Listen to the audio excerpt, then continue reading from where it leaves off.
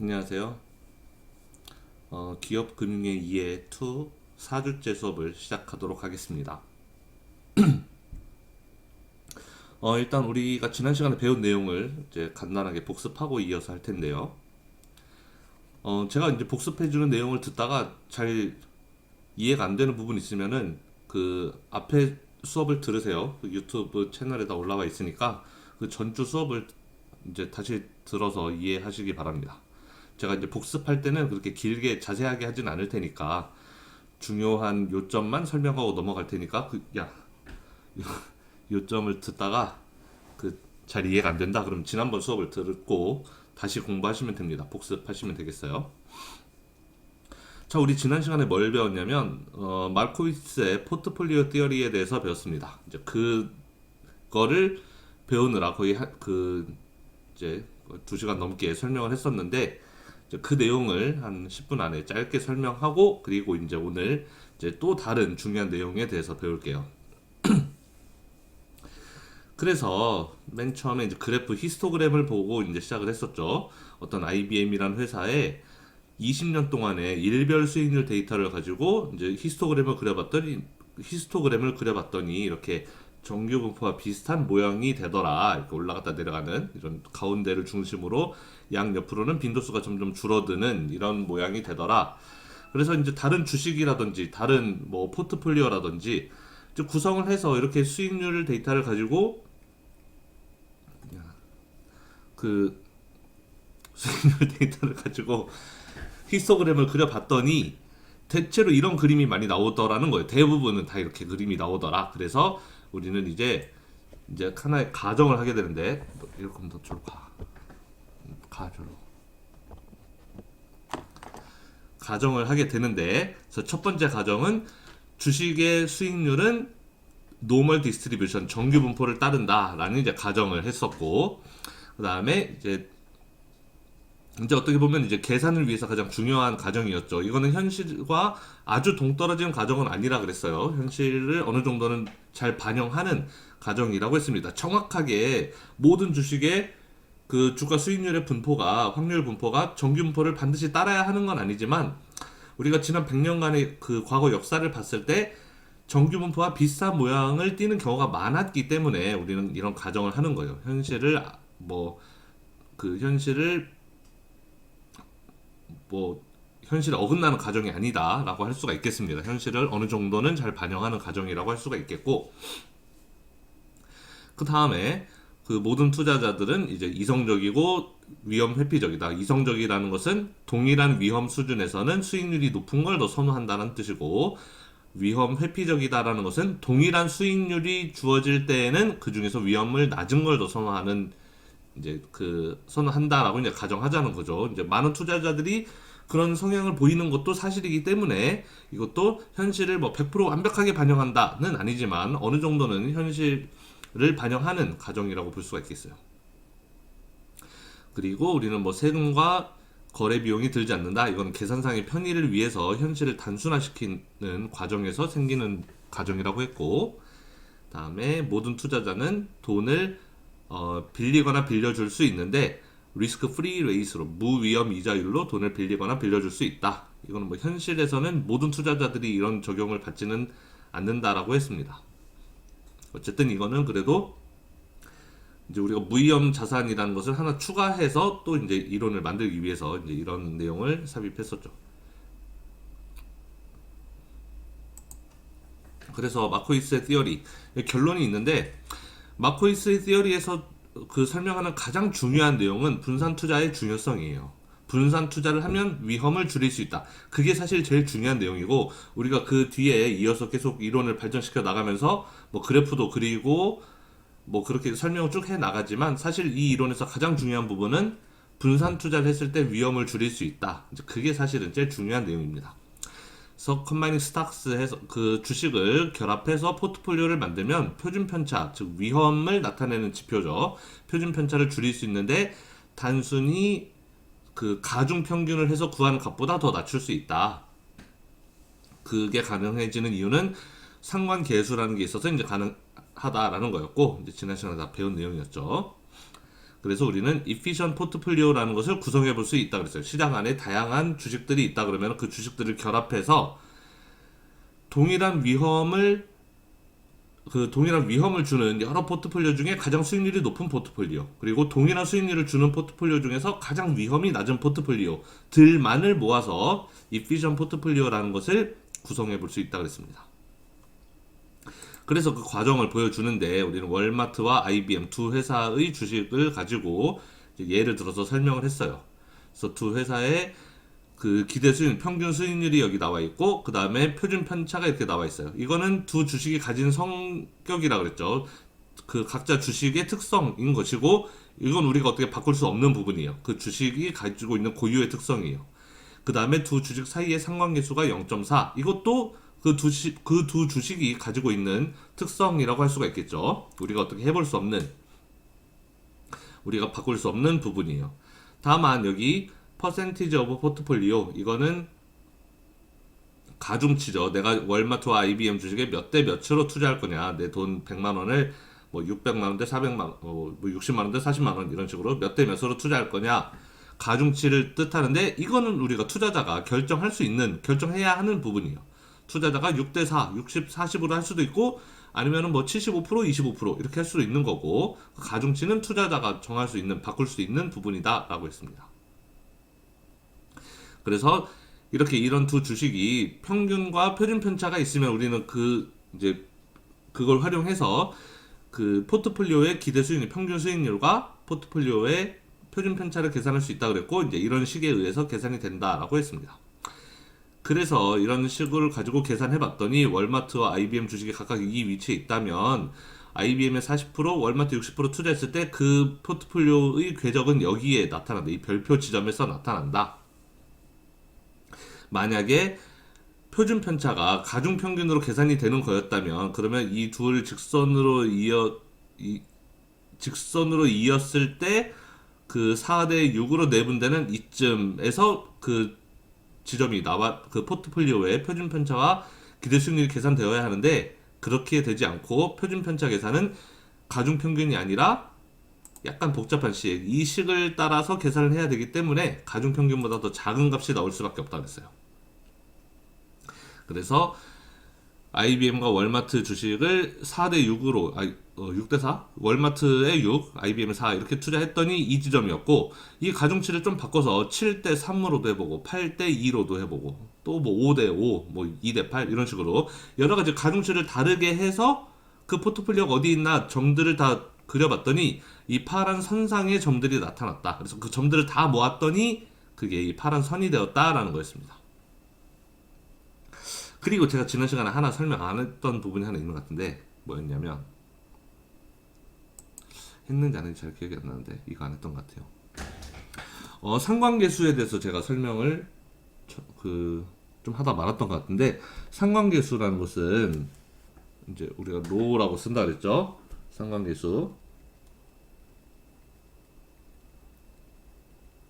영어로는 correlation coefficient.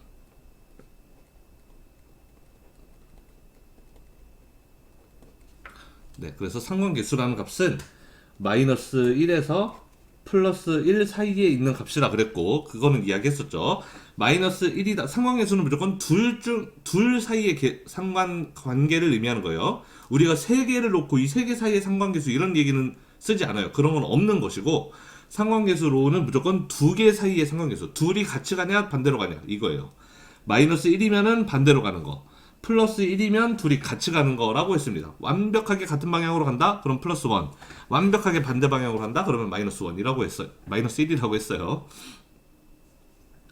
자, 그러면 우리 그 책에서, 그 슬라이드에서 월마트 주식하고 IBM 주식이 이렇게 있을 때 그 두 주식의 상관계수가 0.4라 그랬는데, 0.4일 때 이 두 주식을 가지고 각각 가중치를 둬서 그 만들 수 있는 포트폴리오의 궤적을 그려봤더니 그림이 이런 식으로 됐었잖아요.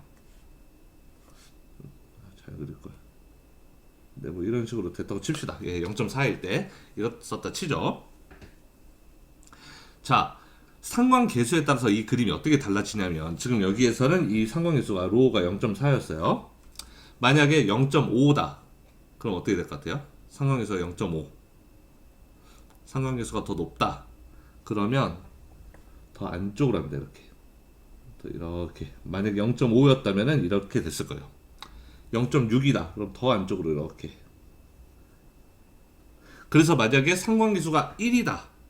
둘 사이의 상관계수, 두 주식이 완벽하게 동일하게 움직이는 그런 주식이다. 그렇다라면 상관계수가 1일 때는 포트폴리오의 궤적이 이렇게 나오게 돼요. 직선으로.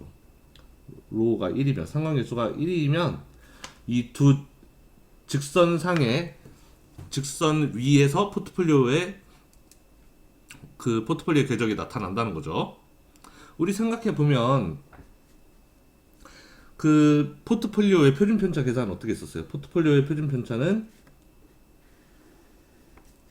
WA 제곱 시그마 A 제곱 WB 제곱 시그마 B 제곱 그다음에 EWA WB 시그마 A 시그마 B 그리고 로 AB 상관계수 이렇게 곱한 값이었잖아요. 만약에 이 로 AB가 이 값이 1이다 라고 가정해 봅시다. 상관계수가 마이너스 1부터 1까지 가능하다 그랬는데 하필이면 이 1이에요. 플러스 1. 플러스 1이라고 한다면 그럼 이거 여기 곱하기 1은 하나만 하니까 그럼 이 값은 이거 또 써야 되나? 예, 똑같이 그대로 옮겨 쓰면 괜히 썼네. 팔 아프게. 이렇게 되는 거고 여기 곱하기 1이니까 곱하기 1은 하나만 하잖아요. 그러니까 그대로. 그러면은 이거는 이 루트 안의 값이 WA 시그마 A 더하기 WB 시그마 B의 제곱이 되는 거잖아요. 그렇죠? 우리 A 더하기 B의 제곱은 A 제곱 더하기 B 제곱 더하기 2AB죠. 2A에 해당하는 WA 시그마 A, B에 해당하는 WB 시그마 B 여기 있잖아요. 그러니까 A 제곱 더하기 B 제곱 더하기 2AB 이런 식으로 된단 말이에요. 그러니까 이거는 A 더하기 B의 제곱이라는 것이고 그러면 루트 밖으로 빠져나올 수 있죠. 얘는 WA 시그마 A 더하기 WB 시그마 B 이렇게 된다. 자, 이게 가중 평균이잖아요. 그렇죠? A의 가중치 곱하기 A의 표준 편차, B의 가중치 곱하기 B의 표준 편차. 자, 뭔 소리냐면 둘 사이의 상관계수가 1이 되면 표준 편차도 가중 평균으로 계산이 된다는 거예요. 그러니까 이 직선 위에 있다는 거죠. 우리 지난 시간에 잠깐 무위험자산 결합했을 때도 이거랑 비슷한 그림이었잖아요. 직선이었죠. 이렇게 직선이 되는 경우는 표준 편차도 가중 평균일 때, 수익률은 어차피 가중 평균이니까 원래 공식상으로 표준 편차는 원래는 공식상으로는 가중 평균이 아니고 이런 상관계수라는 게 붙게 되는데 만약에 이 값이 1이다. 그럼 얘도 결국 계산해보면 가중평균이잖아요. 그러니까 이 직선상에 있게 되는 거예요. 5대5로 반반 투자했으면 여기, 뭐 3대7이었으면 여기, 7대3 여기, 뭐 이렇게 된다는 거죠. 자, 그럼 상관계수가 만약에 0이다. 그럼 어떻게 되느냐? 상관계수가 1, 0.5, 6, 0.5, 0.4, 뭐 이렇게 된다 그랬는데 0이면 어떻게 되냐? 0이면 대충, 그림을 좀 잘 못 그리는 것 같은데, 한 이 정도 될 거예요. 0이면 한 이렇게 될 겁니다. 0.4보다 더 왼쪽으로 오는 거죠. 그러니까 1이 상관계수가 1 가장 클 때 1이면은 둘 사이에 있는 직선이 되고 1보다 작으면 작을수록 점점점 왼쪽으로 가는 거예요. 점점점 왼쪽으로 휘게 더 많이 휘게 되는 거죠. 0.9, 0.8, 0.7 오면서 0까지 갈 때도 계속 이렇게 왼쪽으로 휘게 돼요. 마이너스 0.5 정도 되면 어떻게 되냐? 그럼 더 휘어져요. 마이너스 0.5 정도 되면은 뭐 한 이렇게 휘어질 겁니다. 그래서 마이너스 0.5 정도 되면 이렇게 휘어질 거예요. 그래서 뭐 이 값이 뭐 플러스든 마이너스든 관계없이 계속 1보다 작으면 작아질수록 계속 이렇게 왼쪽 휘어간다는 거고 극단적으로 마이너스 1이면 어떻게 되냐? 마이너스 1이 제일 끝이죠. 이제 상황에서 가장 작아지는 마이너스 1. 그때는 어떻게 되냐면 제가 그림을 좀 잘못 그렸는데 그때는 이렇게 돼요. 이게 직선이어야 됩니다. 직선으로 이렇게 반드시 왔다가 직선으로 반드시 내려가는 이런 그림이 되어야 돼요. 이해가 되나요? 마이너스 1일 때는 여기서 직선으로 쭉 가서 여기 점, 즉 표준 편차가 0일 때까지 딱 찍고 그 다음에 다시 오른쪽 이렇게 직선으로 이렇게 내려서 이렇게 된다. 그러니까 가장 극단으로 왼쪽으로 휘어지는 거죠.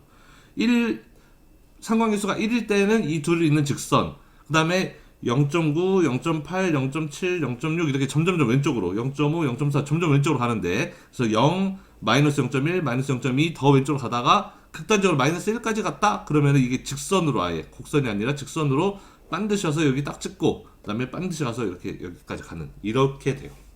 상관계수가 마이너스 1일 때는.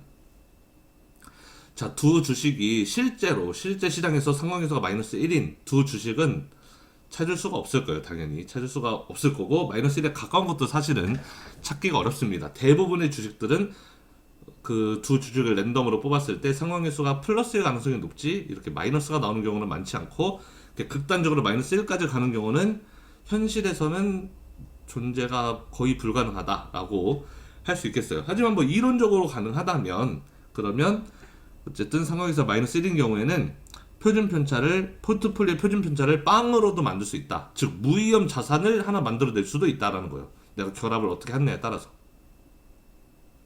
자, 생각해봐요. 여기 값이 이 상황일수가 아까는 1이라 그랬는데 이 값이 이번에는 마이너스 1이라고 해봐요. 이 값이 마이너스 1이다? 그러면 이거 곱하기 마이너스 1이니까 이 값은 이제는 여기가 플러스가 아니라 마이너스가 되겠죠. 마이너스에 2w 이런 식으로 될 거 아니에요. 마이너스 1을 곱했으면 여기가 플러스가 아니라 마이너스가 되겠죠. 이제 이 전체 값이. 그러면 a제곱 더하기 b제곱 마이너스 2ab. 그럼 어떻게 돼? 그거는 a 빼기 b의 제곱이 되는 거잖아요. 이렇게 되는 거죠. 이런 식으로 될 거예요. 이제 더하기가 아니라 빼기가 될 겁니다. 그럼 얘는 루트 밖으로 나올 수 있으니까 이제는 이렇게 쓰지 않고 루트 밖으로 나오면 얘는 WA 시그마 A 마이너스 WB 시그마 B의 절대값이 되겠죠. 왜냐면 루트 제곱의 루트는 무조건 밖으로 나올 때 플러스로 나와야 되니까 이 값이 마이너스가 되더라도 플러스로 바꿔주는 절대값으로 바뀌어야 돼요.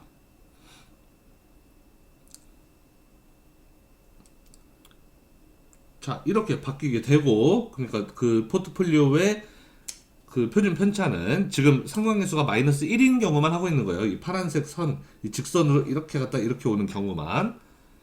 자, 표준 편차가 이렇게 나오니까 이 값은 0으로도 만들 수 있다는 거예요. 어떻게? WA 시그마 A가 WB 시그마 B랑 같으면 되는 거잖아요. 얘랑 얘랑 같은 값이면 빼면 0일 거 아니에요? 그럼 이걸 어떻게 같게 맞춰준다? WB분의 WA는 시그마 A분의 시그마 B가 되게끔 내가 가중치를 잘 맞춰주면 되는 거죠.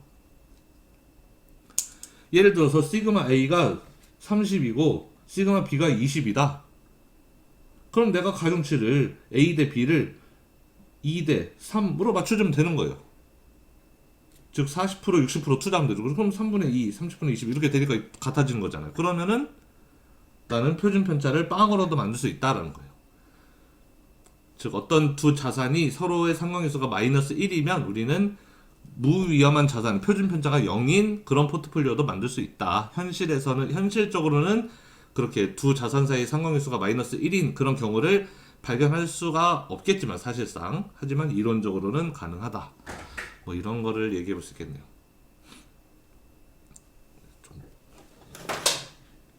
네, 이렇게 하면 더 밝으려나? 네.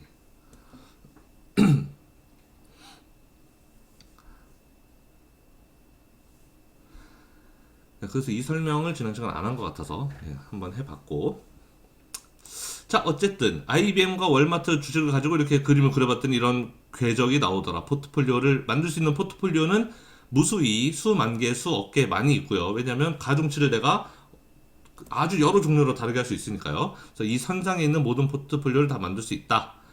그런데 시장 안에는 주식이 하나만 있는 게 아니고 여러 개가 있다 그랬어요. 그래서 여러 개 있는 걸 가지고 포트폴리오를 만들면은 역시 수억 개의 포트폴리오를 만들 수가 있는데 내가 가중치를 몇 대 몇으로 이제 하느냐에 따라서 그렇게 가중치를 달리해서 만들 수 있는 모든 포트폴리오는 이 회색 공간을 덮을 정도로 많다. 이 회색 공간 안에 있는 모든 포트폴리오는 다 만들 수 있다. 내가 가중치를 몇 대 몇 대 몇으로 하느냐 그 조정만 하면은 이 회색 안에 있는 회색 공간 안에 있는 모든 포트폴리오는 다 만들 수 있어요. 즉 이런 파란색 선을 무수히 많이 그릴 수 있고 그게 이 공간을 다 덮을 정도로 무수히 많이 그릴 수 있다 그 뜻입니다. 그리고 이 안에서 우리는 efficient 포트폴리오가 뭐다? 바로 이 빨간색 선상에 있는 모든 포트폴리오는 efficient 포트폴리오다 라고 배웠습니다. 이 선을 efficient frontier라 부른다 그랬고, 그다음에 이 포트폴리오들을 efficient 포트폴리오라고 부른다. 많은 포트폴리오를 만들 수 있지만 우리는 얘네들은 버린다, 만들지 않는다 굳이. 왜냐하면 efficient 포트폴리오에 비해서 안 좋으니까. 안 좋다라는 것은 동일한 수익률을 주는데 위험이 더 높다거나 아니면 동일한 위험을 주는데 수익률이 더 낮다거나 그러면 안 좋은 거예요. 그래서 이 efficient 포트폴리오들은 동일한 수익률을 주는 것 중에서는 가장 위험이 낮은 애들, 즉 가장 이렇게 수평선 중에는 제일 왼쪽에 있는 애들이라는 뜻이고, 그 다음에 동일한 수익률을 주는 애 중에는 가장 위험이 낮다는 뜻이고, 그 다음에 동일한 위험, 즉 이 수직선을 그렸을 때 동일한 위험을 주는 포트폴리오 중에는 가장 위에 있는 수익률이 높은 포트폴리오다. 그래서 이제 그 동급에서는 가장 좋은 포트폴리오라 그래서 efficient 포트폴리오가 된다 그랬습니다. 그리고 우리는 여기에서 이제 무위험 자산이라는 것도 배웠죠. 그래서 무위험 자산이라는 게 있어서 앞에 우리 그 가정에서 무위험으로 돈을 무제한으로 unlimited amount로 돈을 빌려주거나 빌릴 수 있다. 즉 저축하거나 대출을 받을 수 있다. 라는 가정을 넣었었는데, 그러면 이제 무위험 자산을 추가할 수 있고, 우리가 주식에서는 굳이 공매도를 여기서 가정하지 않았지만 무위험 자산은 매도가 가능해요. 무위험 자산을 매도한다는 것은 돈을 내가 투자하는 게 아니라 반대로 돈을 빌려온다는 뜻이 되는 거죠. 그래서 무위험 자산과 결합하게 되면은 이제 최종 그림이 이렇게 된다. 그래서 그 efficient 포트폴리오 중에서 우리가 아무거나 고르는 게 아니라 efficient 포트폴리오 중에서 얘만 고른다. 무위험 자산이 있다면. 왜냐면 무위험 자산과 efficient 포트폴리오를 결합하려고 봤더니 다른 애랑 결합하면 이 직선이 오른쪽 아래로 가게 돼요. 우리는 왼쪽 위로 보낼수록 제일 좋은데. 그래서 이 직선을 가장 왼쪽 위로 보낼 수 있는 방법은 뭐다? 바로 여기에 접하는 그런 접선을 그리면 이 직선을 가장 왼쪽 위로 보낼 수 있고, 따라서 그러면 이 왼쪽 직선 위에 있는 포트폴리오 중에서 하나를 고르는 게 최선이다 라는 거였어요. 그렇게 되기 때문에 모든 투자자들은 이 시장 안에 존재하는 위험 자산만 가지고 만드는 포트폴리오는 전부 이 포트폴리오, 마켓 포트폴리오 이거 하나만 만드는 것이고, 그 다음에 얘랑 무위험 자산을 몇 대 몇으로 이제 분배할 거냐, 가중치를 어떻게 둘 거냐는 각자의 위험 성향에 따라서 그 위험을 아주 크게 회피하는 사람들은 이 왼쪽 아래쪽 그 로우 리스크 로우 리턴 쪽으로 가고, 그다음에 위험을 상대적으로 덜 회피하는, 위험을 상대적으로 더 좀 선호하는 그런 투자자들은 하이 리스크 하이 리턴 쪽으로 간다. 그래서 돈을 심지어 빌려서 주식에 더 많이 투자하는 이런 걸 레버리지 투자라고 부른다 그랬죠. 이제 레버리지 투자를 즐기는 쪽이 되는 거예요.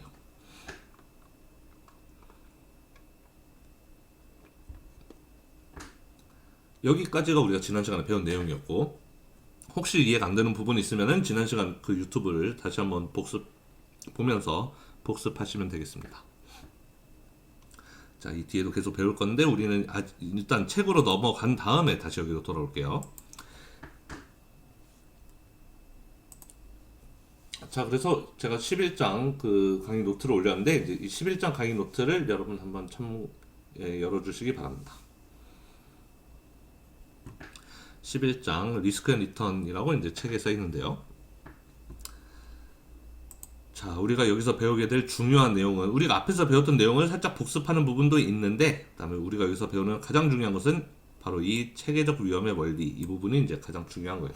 사실 그 앞에 분들은 우리가 마코이스 티어리를 하면서 어느 정도는 배웠던 부분을 복습하는 그런 개념이기도 합니다. 자, 그러면은 여기서는 기대 수익률과 평균 편차 계산하는 게 다시 나와요. 우리 앞에서 이미 배웠는데 그걸 다시 한번 합니다. 그런데 계산 방식이 다릅니다. 여기서는 계산 방식이 달라요. 어떻게 하냐면, 자, 주식의 기대 수익률을 어떻게 구하느냐? 우리 앞에서는 그 포트폴리오 만들었을 때 이제 가중치로 계산한다, 뭐 이런 이제 가중 평균으로 계산한다 이런 거 했었죠. 우리 여기서는 그 기대 수익률을 아직 주지 않았어요. 각 주식의 기대 수익률을 이제 계산하는 것부터 시작합니다. 무슨 말이냐? 우리 앞에서는 우리 앞에 이거 강의 노트 이 책에 이 강의 노트에서 할 때는 월마트는 수익률이 15%, IBM은 수익률이 21%라고 딱 주어졌어요. 근데 우리 책에서는 이것도 계산해 보자라는 거예요. 각 주식, 월마트 주식은 평균 수익률이 얼마인지, 그다음에 IBM 주식은 평균 수익률이 얼마인지 그걸 계산해 보자는 건데, 계산하기 위해서 각 주식의 분포를 줍니다. 확률 분포를 줘요. 자, 이 밑에 거 봐요. 이 표를 이제 잘 보시면 됩니다. 주식 C와 T가 있어요. C라는 주식, 이니셜을 땄나 보네요. C라는 주식과 T라는 주식이 있어요. 그런데 이 각각의 주식은 미래 상황에 따라서, 그 향후 경제 상황에 따라서 주가 수익률이 달라질 텐데, 이렇게 상황이 그러니까 이건 좋아진다는 뜻이죠. 경기가 좋을 때. 경기가 좋을 때에는 C 같은 경우는 수익률이 15%, 0.15라는 거고, 노멀일 때는 그 경기가 보통일 때는 0.10, 10%. 그다음에 리세션, 경기가 이제 불황일 때, 안 좋을 때, 불황일 때는 2%, 0.02 이렇게 된다는 거예요. 그리고 각 상황이 발생할 확률은, 붐이 될 확률은 30%, 노멀이 될 확률은 50%, 그다음에 리세션이 될 확률은 20% 이렇게 된다고 이제 나와 있네요. 그러니까 그 특정 주식의 수익률을 뭐 과거 데이터를 활용해서 평균을 구하고 이렇게 하는 게 아니고, 이 주식의 미래를 내다보고 지금 평균 수익률을 계산을 할 건데, 기대 수익률을 계산할 건데, 미래를 이렇게 세 가지 상황으로 나눠볼 수 있고, 각 상황이 발생할 확률도 이렇게 된다라고 우리가 이제 가정을 하고, 그다음에 각 상황이 되었을 때의 이 주식 C의 수익률을 이렇게 될 것이다라고 이제 예측을 한 겁니다. 실제로는 이런 방식으로 특정 주식의 수익률을 잘 예측하는 일은 거의 없겠죠. 일반적으로는 이제 어떤 주식의 기대 수익률은 우리가 앞에서 그 10장에서 배웠던 것처럼 이제 과거 수익률 데이터를 가지고 뭐 평균을 내서 계산한다든지 그런 방식을 많이 쓰는데, 자, 여기서는 약간 이상적인 케이스를 고려한 거예요. 특정 주식의 미래 수익률의 분포를 우리가 알 수 있다라고 이제 가정한 거예요. 우리가 마치 신 같은 존재여서 미래의 상황이 이렇게 세 가지가 발생할 수 있다면, 각 상황이 발생했을 때 이 수익률이 얼마일 것이다 라는 걸 미리 전지전능하게 다 알고 있고, 다만 어떤 상황이 발생한다라는 거는 정확하게 몰라서 그거는 확률로만 알고 있어요. 이 상황이 발생할 확률 30%, 이 상황 노말이 될 확률 50%, 리세션 될 확률 20% 이렇게. 자, 이렇게 특정 주식의 수익률의 분포를 알 수 있는 거죠. 15%가 될 확률 30%, 수익률이 10%가 될 확률 50%, 수익률이 22%가 될 확률 20%, 이렇게 특정 주식의 수익률의 확률 분포를 지금 알고 있는 거잖아요. 그럴 때 기대 수익률은 어떻게 구하느냐?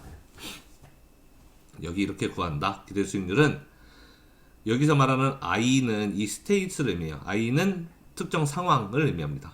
여기 1부터 n까지라고 써있는데, 여기는 스테이트 3개 있으니까 1부터 3까지겠죠. 1, 2, 3 세 가지 스테이트에 대해서 다 더해라. 이 PI는 확률이죠. P는 일반적으로 probability, 확률을 의미합니다. R은 return이겠죠. 수익률. 해당 상황이 발생할 확률 곱하기 해당 상황에서의 수익률, 이렇게 곱한 것을 모든 상황에 대해서 다 더해라 시그마라는 뜻이에요. 자, 그러면은 1번 상황이 발생할 확률 PI는 30%, 0.3. 1번 상황일 때의 수익률 R1번은 여기 15%. 이렇게 둘이 곱하라는 거죠. 이렇게 붐이 발생할 확률 곱하기 붐일 때의 수익률. 그 다음에 이 시그마는 각 상황에 따라 다 더하라는 뜻이에요. 그래서 더하기. 그 다음에 이번 두 번째, 이제 2번 상황으로 넘어가요. 노멀이 될 확률 50%, 0.5 곱하기 노멀일 때 수익률 0.10 이렇게 곱하고, 그 다음에 또 시그마니까 더하고, 그래서 마지막으로 리세션이 될 확률 곱하기 리세션이었을 때의 수익률, 이런 식으로 다 각각 상황에 대한 걸 곱해서 더해라 라는 겁니다. 뭐 우리가 일반적으로 기대값을 구할 때 이렇게 구하는 거죠. 다 사실 중1 때 다 배운 내용이에요. 자, 그래서 이렇게 기대 수익률을 구할 수 있다. 그래서 주식 C에 대해서는 수익률 구했고, 주식 T에 대해서도 이렇게 수익률을 구했어요.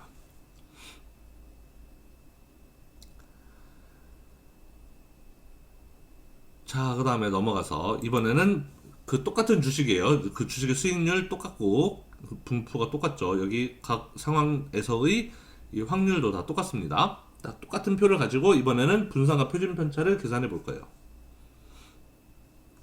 그래서 분산과 표준 편차 어떻게 이제 분산 어떻게 계산할 거냐? 분산 계산한 다음에 표준 편차는 루트만 씌우면 되는 거죠. 일단 분산을 계산해야 돼요. 분산은 이렇게 계산하면 된답니다. 약간 식이 복잡해 보이지만 별거 아니에요. 이 시그마는 역시 아까랑 똑같이 각 상황에 대해서 다 더해라 라는 뜻이고, 그 i가 스테이시라서 붐일 때 값 계산하고, 더하기 노멀일 때 값 계산하고, 더하기 리세션일 때 값 계산하고, 그래서 다 더해라 라는 뜻이고, pi는 아까 했죠. 각 상황이 될 확률, 붐이 될 확률 0.3, 노멀이 될 확률 0.5, 그 pi는 그 해당 상황이 될 확률을 의미한다 그랬고, RI는 해당 상황에서의 수익률. C 같으면은 붐일 때 0.15, T 같으면 붐일 때 0.25. 이 값이 RI겠죠. 그 다음에 빼기 2의 R은 뭐냐? 2의 R이 바로 앞에서 했던 기대값이에요. 기대 수익률. 얘가 2의 R이잖아요.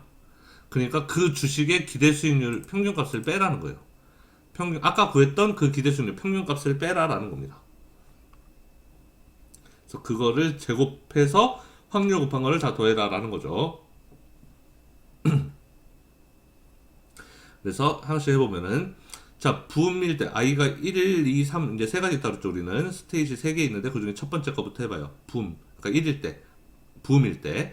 자, pi 붐이 될 확률 0.3, 여기 0.3 있고 0.3 곱하기, 여기 곱하기죠. 곱하기 이제 괄호의 제곱인데 ri, 우린 c부터 해봅시다. c는 ri가 15%, 0.15죠. 붐일 때 0.15예요. 그거 빼기 기대 수익률 2의 R. 기대 수익률이 뭐냐? 우리 아까 구했던 값. 여기서 구했던 0.099 이 값이죠. 9.9%. 걔를 빼라는 거예요. 9.9%를. 그래서 0.099를 빼서 제곱합니다. 똑같이 더하기 노멀로 가서 노멀이 될 확률 PI, 노멀이 될 확률 50% 0.5. 그다음에 곱하기 괄호의 제곱. 괄호는 RI 빼기 기대 수익률. RI는 여기 10%죠. 0.1. 그다음에 기대 수익률은 앞에 이제서 구해놨던 바로 이 9.9% 0.099. 0.099를 빼서 제곱. 자, 리세션일 때도 똑같이 계산해서 제곱해서 다 더하면 그게 분산이 되고, 우리는 분산의 루트를 씌우면 표준 편차가 된다 그랬습니다. 자, 주식 C에 대해서도 이렇게 분산을 구하고 T에 대해서도 분산 구했어요. 일반적으로 분산은 시그마 제곱이라고 이렇게 표시를 해요. 그다음에 여기에 루트를 씌우면 이 제곱이 날아가서 시그마만 남게 되죠. 그 시그마를 표준 편차라고 부른다 그랬습니다.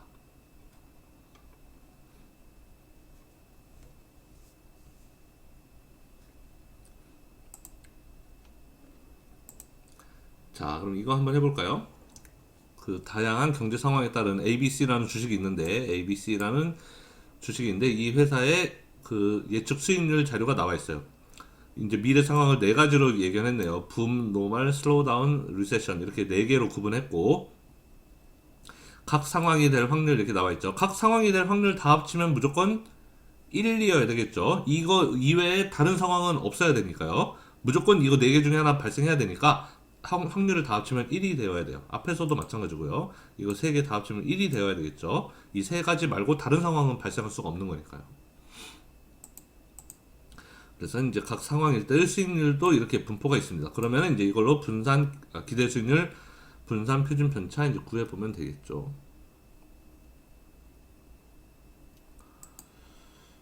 한번 볼까요?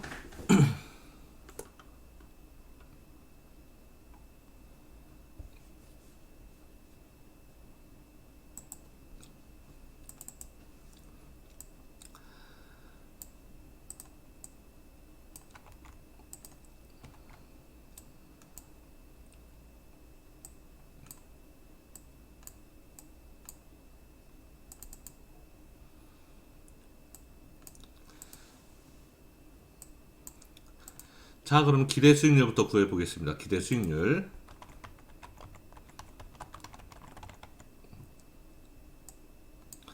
는 어떻게 구한다?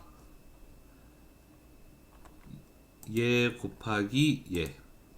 그러니까 붐이 될 확률 곱하기 붐일 때의 수익률 더하기 노말이 될 확률 곱하기 노말이 될 수익률 더하기 슬로우 다운이 될 확률 곱하기 슬로우 다운일 때의 수익률 더하기 리세션이 될 확률 곱하기 리세션일 때의 수익률. 이렇게 하면은 기대 수익률이 된다는 거죠. 어렵지 않죠? 그러면 기대 수익률은 0.0805, 즉 8.05%. 자, 좋을 때 15%, 안 좋을 때는 뭐 마이너스 3% 이렇게 가니까 중간쯤 어딘가 생각해 보면 대충 한 이 근처에서 나올 거다 뭐 어느 정도 예상이 가능하죠. 그래서 비슷하게 8.05%가 나왔어요. 자, 그럼 분산, 베리언스는 어떻게 구하느냐? 분산은 부음이 될 확률 0.25 곱하기 부음일 때의 수익률에서 기대 수익률을 뺀 값을 제곱 이렇게 계산한다는 거죠. 이건 부음에 대해서 끝난 거고 그 다음에 노말일 때 또 한번 해보면 노말이 될 확률 곱하기 노말일 때의 수익률에서 평균값을 뺀 편차의 제곱을 해주라는 거고 다음에 슬로우 다운이 될 확률 곱하기 슬로우 다운일 때의 수익률에서 평균값을 뺀 그 편차의 제곱을 해주고 마지막으로 리세션이 될 확률 곱하기 리세션이 될 수익률에서 평균값을 뺀 편차의 제곱을 해주면 이게 분산, 베리언스라 그랬습니다. 분산 구해봤더니 0.00267475 나왔네요. 그래서 표준 편차는 분산의 루트를 벗겨주면 된다. 루트를 씌워주면 된다. 0.5승을 하면 되는 거죠. 루트를 씌워주면 분산이 된다. 그래서 우리는 기대 수익률하고 표준 편차는 같은 퍼센트 단위를 쓸 수 있다 그랬죠. 우리는 둘 다 이 퍼센트 값을 쓸 수 있다 그랬어요. 이거를 퍼센트로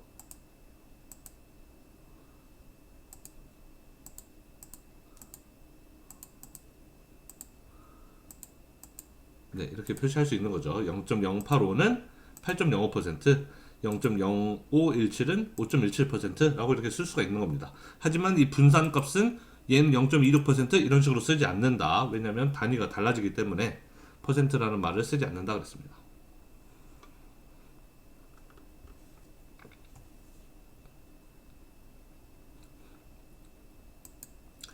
자, 그러면은 이제 여기까지는 이제 특정 주식의 기대 수익률과 표준 편차를 구하는 걸 한 거고 하나 넘어가서 이번에는 포트폴리오의 기대 수익률과 표준 편차 구하는 거를 봅시다.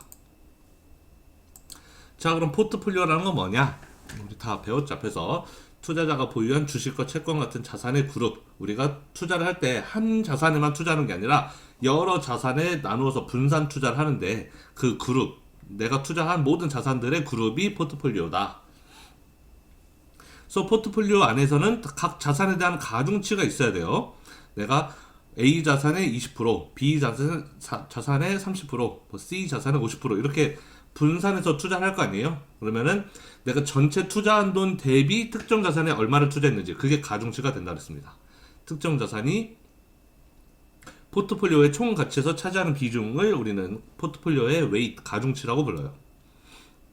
그래서 만약에 내가 15,000달러를 이런 4개의 주식에 나눠서 투자하려고 하는데 그럼 만약에 DCLK라는 주식에는 2,000, 뭐 KO라는 주식에는 3,000, INTC라는 주식에는 4,000, KEI라는 주식에는 6,000 막 이렇게 투자한다면 자, 이런 것들은 이 DCLK, KO 이거는 그 미국의 주식 코드를 의미해요. 미국 주식은 미국에 상장할 때는 그 주식의 코드를, 주식의 일종의 ID 같은 거죠. 주식의 코드를, 그러니까 모든 주식은 다 각자 고유의 코드가 있어야 돼요. 자기만의 고유한 코드가 있어야 되는데 그 고유 코드를 알파벳으로 표시해서 알파벳 한 글자부터 네 글자까지 이렇게 표시합니다. 그래서 애플 같은 회사는 AAPL인가? 뭐 그렇고 AAPL 맞을 거야 아마. 왜 그렇게 했지? APPL이라고 안 하고? APL 아닌가? 맞을 건데. 맞겠죠. 여러분 한번 검색해 보세요. 당연히 맞을 건데. 맨날 보는 주식인데. 그리고 알파벳 같은 경우는 이제 옛날에는 회사 이름을 구글로 했었는데, 그래서 GOOG죠.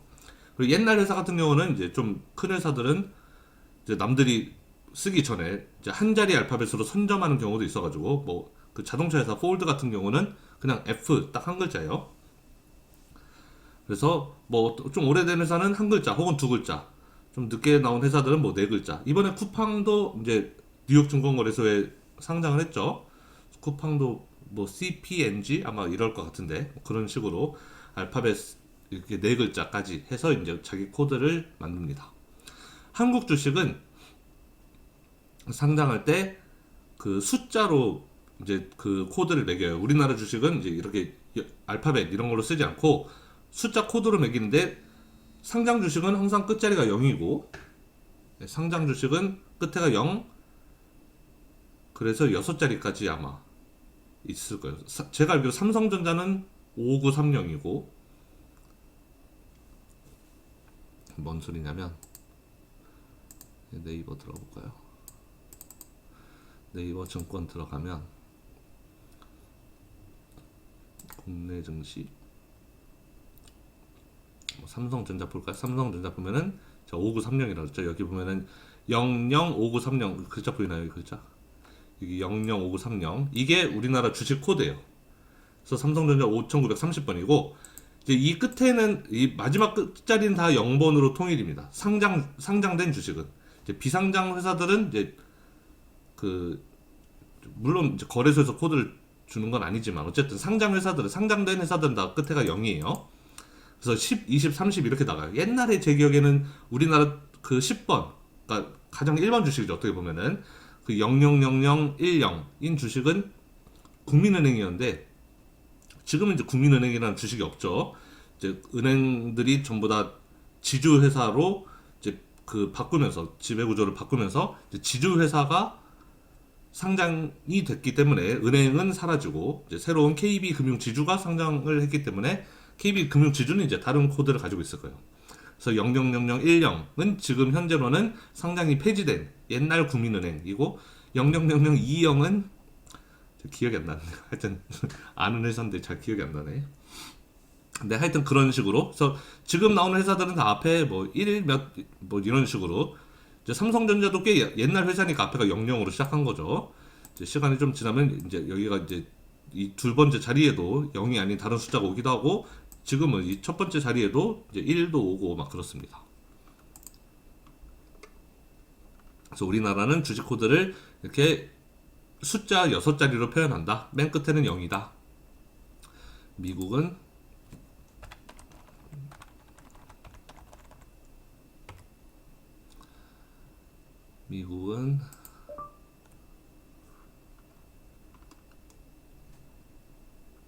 네, AAPL 맞죠? 애플.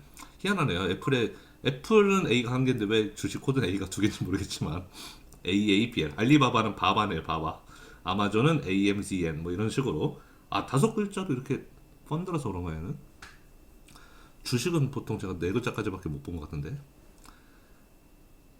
네, 하여튼 뭐 이렇습니다. 이런 게 다 주식 코드예요. 미국은 이렇게 영어 알파벳으로 이제, 아까 제가 포드는 한 글자라고 그랬죠. 포드는 여기 보면은 포드 모터 컴퍼니는 FF 그냥 한 글자 이렇게 돼 있습니다. 시티그룹도 C네요. 옛날 회사라서 시티그룹도 C. GM은 GM 뭐 이런 식으로. 네, 뭐 그렇습니다. 뭐 중요한 건 아니고요.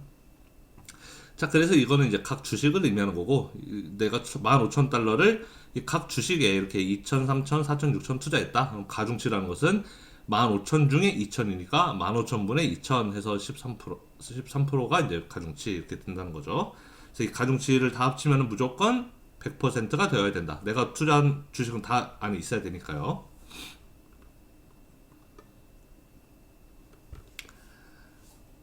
자, 그러면 이제 포트폴리오라는 게 뭔지 알았고, 포트폴리오에 그러면 그 기대 수익률은 어떻게 구하느냐? 우리 이거 앞에서 배웠습니다. 포트폴리오의 기대 수익률은 가중평균으로 계산한다. 그래서 여기서 말한 이 J는 각 주식을 의미해요. J1부터 M까지라 그랬는데, J는 각 주식, 1번 주식, 2번 주식, 3번 주식, 4번 주식이 된다는 거고, 1번 주식의 가중치 곱하기 1번 주식의 기대 수익률. 이 시그마 더하는 거 더하고 이제 2번 주식의 가중치 곱하기 2번 주식의 기대 수익률 이렇게 하라는 거죠.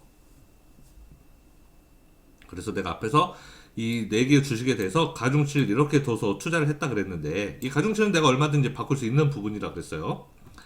그리고 이 기대 수익률 이거는 내가 바꿀 수 없는 부분이다. 각 주식이 가지고 있는 고유한 특성이다.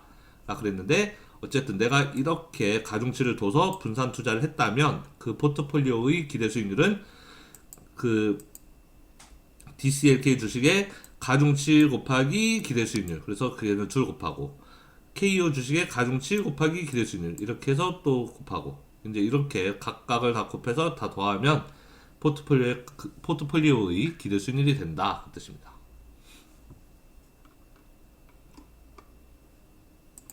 그 다음에 포트폴리오의 분산 계산하는 거. 우리 포트폴리오 분산 계산하는 거 사실 지난 시간에 다 했어요. 두 개의 주식에 우리가 그 표준 편차를 알고 있다면 두 주식의 표준 편차를 알고 그 다음에 두 주식 사이의 상관 계수까지 알고 있다면 우리는 그거 활용해서 계산할 수 있다 그랬는데 여기서는 좀 다른 방식으로 계산하는 걸 배울 거예요. 우리가 지난 시간에 배운 대로 계산해도 뭐 전혀 틀리지 않아요. 그렇게 해도 상관은 없는데 그거 말고 약간 다른 방식으로 계산하는 거를 배울 겁니다. 여기서 하는 걸 보세요. 이게 뭐냐면은 스탁 A, 스탁 B 두 개의 주식이 있는데 스탁 A와 스탁 B 두 개의 주식이 있는데 우리 각 주식의 그 수익률 분포를 지금 여기서 보여주는 거예요. 붐이 될 확률 그 미래의 경기 상태가 붐일 때와 버스일 때 이렇게 둘로 나눠서 붐이 될 확률은 40%, 버스일 확률은 60% 이렇게 되고 각각 붐일 때 버스일 때 스탁 A의 주식의 수익률은 30% 마이너스 10%, 스탁 B는 마이너스 5%, 25% 이렇게 된다라는 거죠. 자, 그러면 이랬을 때 그 분산 어떻게 구하느냐? 포트폴리오의 기대 수익률을 먼저 구한 뒤 포트폴리오를 하나의 자산처럼 간주하여 분산을 계산하라 이랬네요. 자, 그래서 주식 A와 주식 B에 각각 50%씩 투자하여 포트폴리오 P를 구성하였다. 이제 경제 상황에 따른 A와 B의 예측 수익률은 이제 다음과 같다라고 했는데 이거 가지고 주식 A와 B의 기대 수익률 표준 편차 구해보고 그 다음에 포트폴리오 P의 기대 수익률 표준 편차 구하는 것도 해보겠습니다. 같이 해봅시다.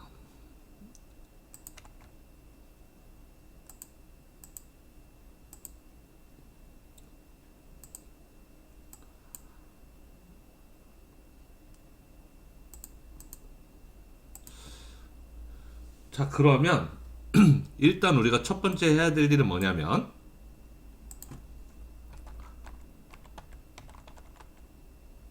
첫 번째 해야 될 일은 일단 기대 수익률을 하고 표준 편차를 구해봅시다.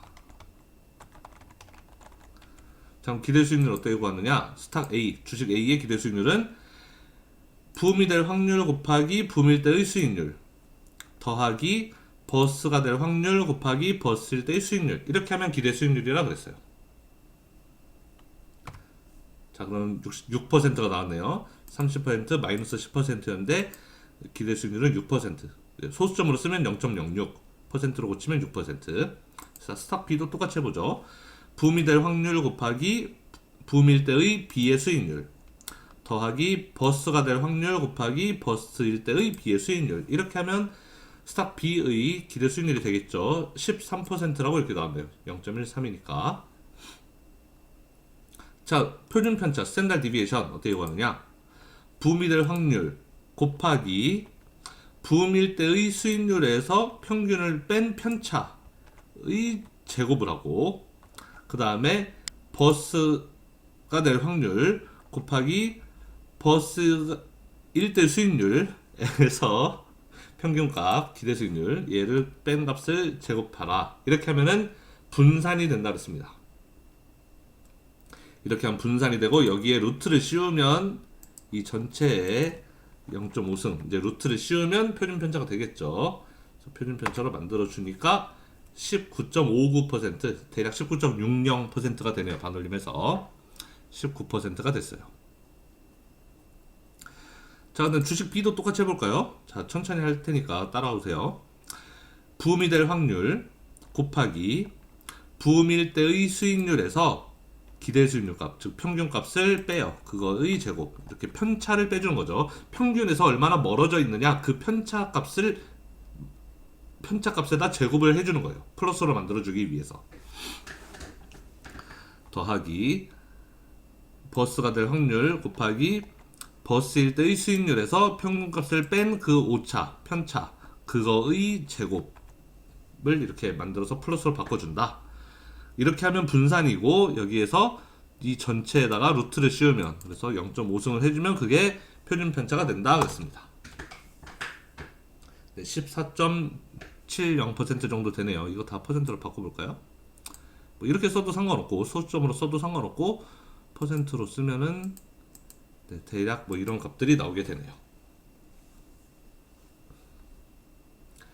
자, 그럼 이 책에서는 포트폴리오를 어떻게 계산했느냐? 포트폴리오 P는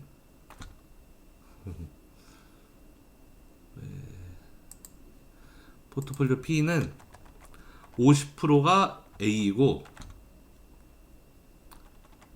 A 50%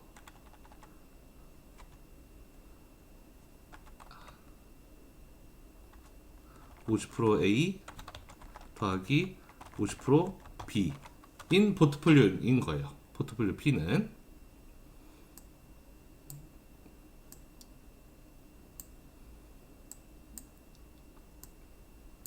포트폴리오 P는 50% A의 50% B의 50% 가중치를 두고 투자한 거예요. 문제에 A와 B에 각각 50%씩 투자하여 라고 써있죠. 그래서 반반 투자한 겁니다. 포트폴리오 P는. 자, 그럼 그게 반반 투자했어요. 그러면은 각각 붐일 때와 버스일 때 확률을 우리가 구해볼 수 있어요. 어떻게? A는 붐일 때 수익률이 30%라고 그랬고, B는 5%, 마이너스 5%라고 그랬잖아요. 그럼 포트폴리오 P의 수익률은 내가 절반 0.5를 A에 투자했으니까 A의 수익률 더하기 나머지 절반 0.5를 B에 투자했으니까 B의 수익률, 이렇게 하면은 붐일 때의 포트폴리오 P의 수익률이 되는 거예요. 이해가 되나요?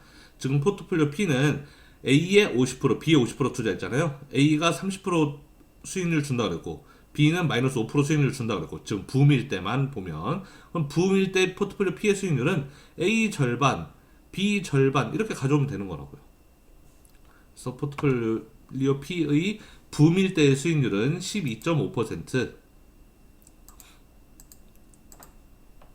그 다음에 똑같이 버스일 때도 내가 A에 0.5 투자했으니까 50% 투자했으니까 그거에 마이너스 10% 수익률 더하기 역시 B에 50% 투자했으니까 0.5 곱하기 B의 수익률, 이렇게 하면 포트폴리오 P의 버스일 때의 수익률이 되는 거예요. 계산해 보면은 0.075, 7.5%죠.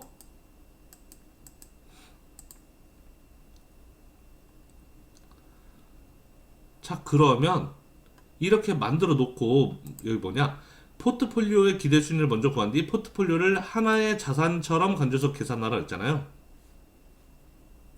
이게 뭔 소리냐면, 지금 우리 주식 A의 붐일 때의 수익률 이거 가지고 기대 수익률과 표준 편차 구했잖아요. 주식 B에 대해서도 붐일 때 수익률, 버스의 수익률 이거 가지고 주식 B의 기대 수익률, 표준 편차 구했잖아요.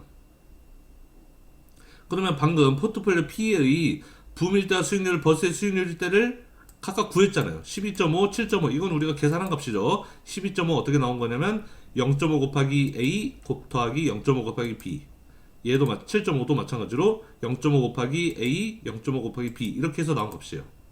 자, 이렇게 붐일 때의 수익률, 버스일 때의 수익률을 구해놨으니까 이거 두 개 가지고 이거 구하고, 이거 두 개 가지고 이거 구했던 것처럼 이거 두 개 가지고 이거 구해라 라는 겁니다.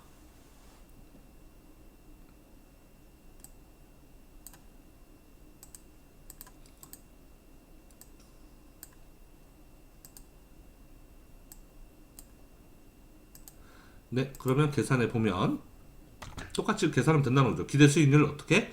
붐이 될 확률 곱하기 붐일 때의 수익률 더하기 버스가 될 확률 곱하기 버스일 때의 수익률, 이렇게 하면 기대 수익률이 된다는 거예요. 포트폴리오 P의 기대 수익률은 자 0.095, 9.5%라는 거죠.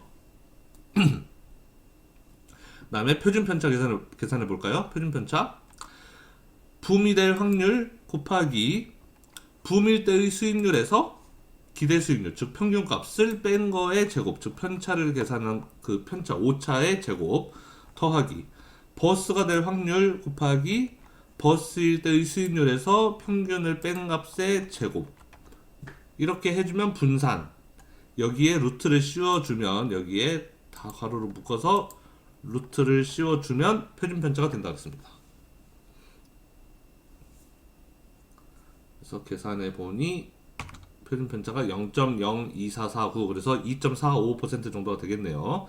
퍼센트로 바꿔보면 퍼센트 소수점 써보면은 네, 기대 수익률은 9.5%, 표준 편차는 2.45% 이렇게 나옵니다.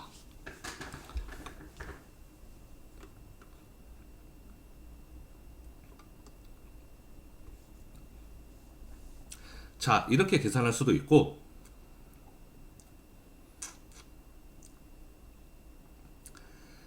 아니면 이 9.5%라는 것은 지금 우리가 이 포트폴리오의 붐일대 수익률, 버스의 수익률 가지고 이렇게 12.5에 0.4 곱하고 7.5에 0.6 곱하고 이렇게 해서 9.50을 구하기도 했지만, 우리가 배운 대로 계산할 수도 있어요. 어떻게 계산하냐면 A 주식의 기대 수익률이 6%, B 주식의 기대 수익률이 13%였잖아요. 그리고 우리는 A 주식의 가중치 0.5, B 주식의 가중치 0.5. 그러니까 그 가중 평균으로도 계산할 수 있는 거예요. 우리 지금 이거 구할 때 가중 평균으로 하지 않았어요. 포트폴리오 P의 각 상황에서의 수익률, 그 분포를 가지고 9.5를 구했단 말이에요. 그렇게 하지 않고 가중 평균 구하는 방식으로도 계산이 가능하다. A의 기대 수익률, B의 기대 수익률을 이미 알고 있으니까, 이렇게 두 개를 알고 있으니까 각각의 가중치가 0.5, 0.5라는 거 우리 알고 있잖아요. 가중치를 이용해서 가중 평균 구해도 된다. 즉 0.5 곱하기 A의 기대 수익률 더하기 0.5 곱하기 B의 기대 수익률, 이렇게 해도 9.5%가 나온다는 거죠. 0.095가 나온다라는 거예요. 이렇게 계산해도 된다라는 겁니다. 두 가지 방식으로 계산할 수 있다는 거죠. 어떻게 계산해도 답은 똑같다. 포트폴리오 P의 각 상황에서의 수익률을 이렇게 만들어 놓고 그걸 활용해서 기대 수익률을 구해도 되고, 아니면 A와 B의 기대 수익률을 이미 구해 놓은 게 있으면 그거를 가지고 가중 평균을 활용해서 0.5 곱하기 A 수익률, 0.5 곱하기 B 수익률 해서 가중 평균으로도 계산할 수 있다.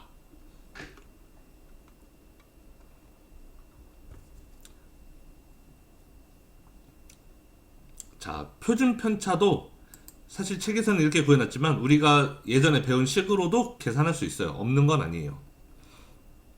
표준 편차도 우리가 그 지난 시간에 배웠던 공식을 활용해서 계산할 수가 있는데, 그렇게 하려면 A의 A의 표준 편차 알고 B의 표준 편차 아니까, 그러면 이제 둘 사이의 상관계수만 알면 되잖아요. 그래서 이제 상관계수를 이제 구해야 돼요. 그러니까 그 지난 시간에 우리가 배웠던 방식을 쓰려면은 A 표준 편차, B 표준 편차는 아는데 뭘 쓰냐는 얘기냐면 이거 쓴다고, 이거. 이 식을 사용해서도 구할 수가 있다. 지금 A 주식의 표준 편차, B 주식의 표준 편차 우리가 구했잖아요. 표준 편차를. 지금 주식 A의 표준 편차 19.60%, B 주식의 표준 편차 14.70% 구했잖아요. 그러니까 표준 편차 알면은 이렇게 포트폴리오의 표준 편차도 이렇게 구하는 식, 우리 이거 배웠잖아요. 정규 분포가 아니라도 사실 이 공식은 성립하는 거예요. 그래서 우리는 이 방식으로도 계산할 수 있습니다. 근데 이 방식으로 계산하려면 A 가중치 우리 알고 50%인 거 알고, A의 표준 편차 구했으니까 알고, B 가중치, B 표준 편차 알고 다 아는데 하나 모르는 게 A와 B 사이의 그 상관계수, 그 값을 우리 모르잖아요. 그걸 아직 안 구했죠. 여기서 A와 B의 상관계수가 얼마인지를 몰라요. 그래서 그거 구하는 방식을 알려주겠다. 자, 여기서는 이 부분만큼은 사실 여러분들이 몰라도 뭐 상관없어요. 이 부분은 몰라도 상관없는데, 관심 있는 학생은 들으세요. 공분산이라는 걸 일단 구해야 됩니다. 코베리언스라고 해서 이거는 공분산이에요. A와 B 주식이 공유하는 분산이라고 해야 되나? 그러니까 분산이라는 것은 각 주식의 그 수익률이 평균에서 얼마나 떨어져 있냐, 이게 공분산이잖아요. A, B 공분산은 A, B 주식을 같이 넣고 결합해서 만든 분산이다. 이렇게 좀 이런 정도로만 이해하시면 되겠습니다. 계산은 어떻게 하느냐? 자, 비슷해요. 계산하는 방식이 뭐냐면, 자 보세요. 우리가 A 주식 분산 계산할 때 어떻게 있어요? A 주식 분산 계산할 때 0.4 곱하기, 그러니까 붐이 될 확률 곱하기 붐일 때의 수익률 빼기 기대값 세 제곱이었잖아요. 이 제곱이라는 거 뭐예요? 이걸 한 번 더 곱한다는 거죠. 이 값을 한 번 더 곱한다는 거죠. 이 수익률에서 이 평균값 뺀 거를 한 번 더 곱한다는 뜻인데, 공분산은 얘만, 그러니까 지금 A의 분산 구할 때는 이거 A의 그 편차 수익률에서 그 평균 뺀 값의 제곱을 할 거고, B의 분산을 구할 때는 역시 붐이 될 확률 곱하기 B일 때의 편차 마이너스 5에서 13% 뺀 거 그 차이의 제곱, 즉 이 값을 두 번 곱하는 거잖아요. A의 분산 구할 때는 A 값 그 해당하는 A에 해당하는 편차 그거의 제곱을 하고, B의 분산 구할 때는 B에 해당하는 거의 제곱을 두 번 곱하고 이렇게 한단 말이에요. 그런데 공분산을 구할 때는 그렇게 각각을 두 번씩 곱하지 말고 얘 한 번 곱하고 얘 한 번 곱하고 이렇게 하라는 거죠. 그게 공분산 계산하는 방식이에요.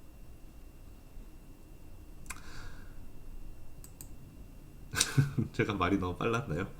자, 뭐냐면, 자 다시 처음부터 보면, 공분산은 붐이 될 확률 곱하기 A의 붐일 때의 A의 수익률에서 평균값을 뺀 편차 곱하기, 만약에 A의 분산을 구하라 그러면 이걸 한번 또 곱하면 되는데, 우리는 A와 B의 공분산을 곱할 거니까 이번엔 B 차례예요. 이번에는 붐일 때의 B의 수익률에서 B의 평균을 빼준 값, 이렇게 쓰라는 거죠.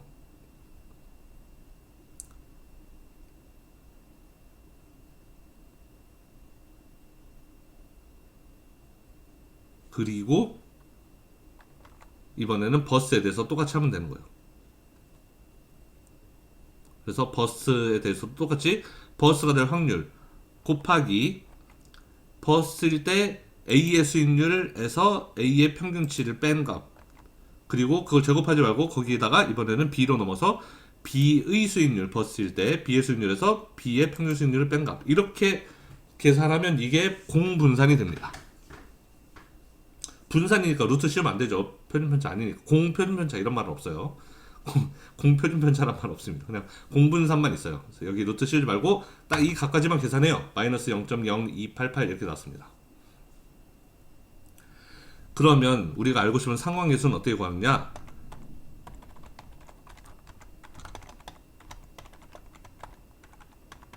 상관계수는 공분산에서 A와 B 표준편차를 나눠주면 돼요. 공분산 나누기 A 표준편차, B 표준편차 둘 곱한 거를 나눠주면 됩니다. 공분산에서 A 표준편차, B 표준편차를 나눠주면 그게 상관계수의 개념이에요. 상관계수 구해볼까요? 마이너스 1이 나왔습니다. 자, 우리 상관계수 마이너스 1에서 플러스 1 사이라 그랬죠? 그런데 마이너스 1이라는 얘기는 둘이 완전히 반대로 간다는 뜻이라 그랬어요. 지금 A랑 B 봐요. 붐일 때 A는 30% 올랐는데 B는 마이너스 5%. 일단 반대로 갔죠. 버스일 때 A는 마이너스 10% 근데 B는 플러스 25%. 또 완전 반대로 갔잖아요. 그러니까 얘네 둘은 서로 반대로 가는 애들이에요. 아니나 다를까 그 상관계수를 구해봤더니 그 값이 마이너스 1 이렇게 나왔습니다. 자, 그럼 상관계수 알았으니까 우리는 그러면 A의 표준편차, B의 표준편차, 그리고 그 둘 사이의 상관계수, 이 값을 활용해서 표준편차 계산할 수 있는 거죠. 이 공식에 집어넣어서 이 공식에 집어넣으면 되잖아요. 이제 로 AB가 마이너스 1인 거를 알았으니까 계산을 통해서. 그럼 똑같이 해봅시다. A의 가중치 제곱 0.5의 제곱을 0.25인 거 아니까 그냥 0.25로 쓸게요. 0.5 곱하 0.5로 쓸까요? 0.25로 쓸게요. 이 좀 0.5 곱하기 0.5 곱하기 A 표준편차 A의 제곱. 얘도 두 번 곱하자 이렇게. A 가중치 두 번 곱하고 A의 표준편차 두 번 곱하고 더하기 B 가중치도 0.5였죠. 그래서 B 가중치 두 번 곱하고 B 표준편차 두 번 곱하고 더하기 2 곱하기 A의 가중치 0.5 곱하기 B의 가중치 0.5 곱하기 A의 표준편차 이거 곱하기 B의 표준편차 이거 그리고 곱하기 마이너스 1. 왜냐면 마이너스 1이 상관계수니까요. 여기까지 하면 이게 분산이라는 거죠. 이렇게 계산하면 계산하면 분산. 이 값에다가 루트를 씌우면 표준편차. 그래서 표준편차는 0.02449%로 고치면 2.45% 이렇게 똑같이 나온다라는 거예요. 그래서 이렇게도 계산할 수 있다.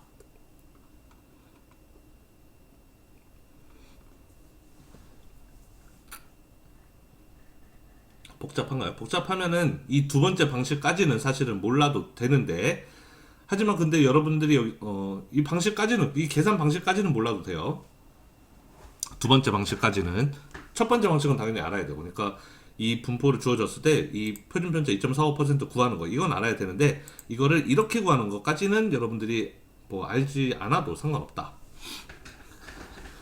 이 방식은 몰라도 되지만 여러분들이 여기서 하나 이제 직관적으로 이해하고 넘어가야 될 부분은 분산 투자의 효과에 대해서 이제 여러분들이 하나 이해를 하고 넘어가야 되는데, 자, 우리 앞에서 이 그림에서 뭐라 그랬죠?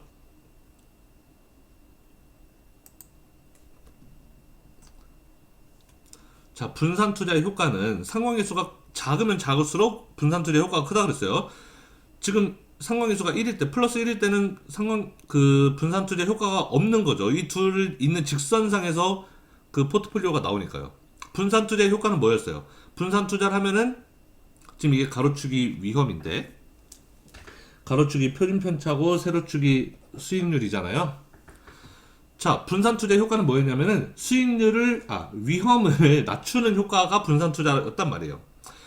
두 개의 주식에 나눠서 분산해서 투자를 해서 포트폴리오를 만들면 그 궤적이 포트폴리오가 자꾸 왼쪽으로 가더라. 이 위험을 낮추는 방향 쪽으로 가더라 라는 거였잖아요.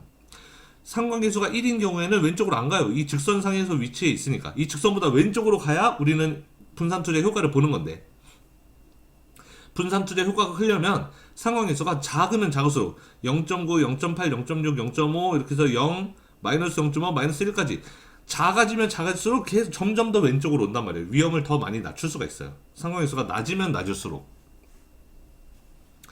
자, 우리 이 경우를 봅시다. 이 경우를 보면 각 주식의 기대수익률 보죠. 기대수익률 6%, 13%. 거기에 반반 투자했어요. 반반 투자했더니 그 중간인 9.5%. 왜냐면 수익률은 가중평균으로 계산하는 거니까. 그러니까 반반 투자했으니까 6과 13이 딱 중간이 9.5. 그게 나와요. 원래 가중평균으로 구하는 거니까. 표준편차. A의 표준편차 19.6, B의 표준편차 14.7. A랑 B는 굉장히 변동성이 큰 주식이에요. 크잖아요. 잘 됐을 때 30, 안 됐을 때 마이너스 10. 얘도 잘 됐을 때 25, 안 됐을 때 마이너스 5. 변동성이 커요. 잘 되면 대박, 안 되면 완전 개쪽박. 이렇게 되는 거라서 표준편차가 이렇게 큰데, 둘 다 큰데 반반 투자했어요. 반반 투자했더니 표준편차가 19.6, 14.7보다 훨씬 작은 2.45 이렇게 작아졌잖아요. 표준편차가 굉장히 많이 낮아졌단 말이에요. 분산 투자의 효과를 아주 크게 봤다. 왜? 둘 사이의 상관계수가 매우 낮으니까, 마이너스 1이니까.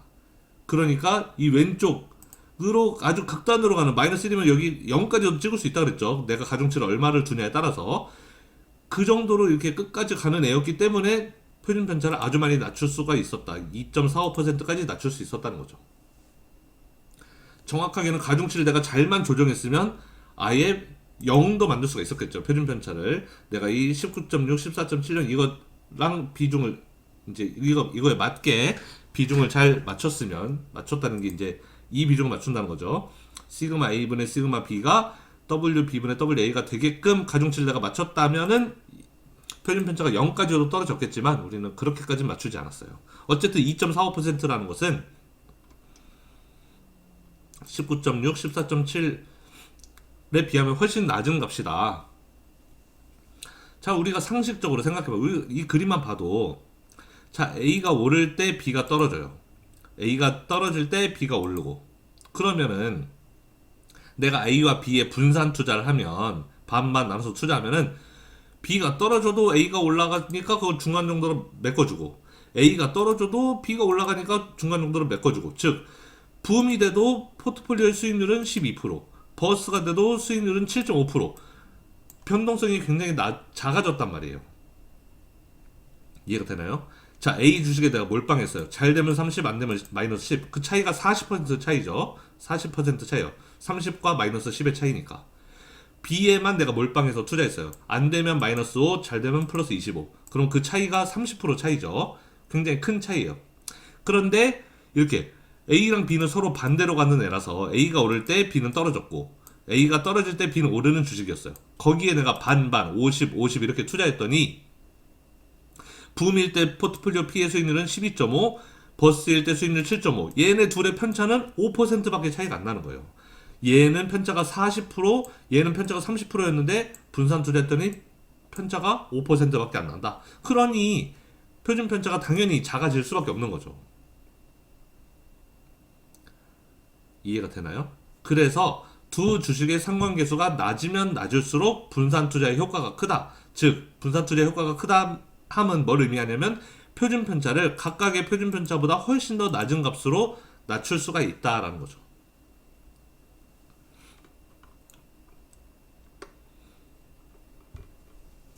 이해했습니까? 왜 표준 편차가 이렇게 많이 낮아졌는지?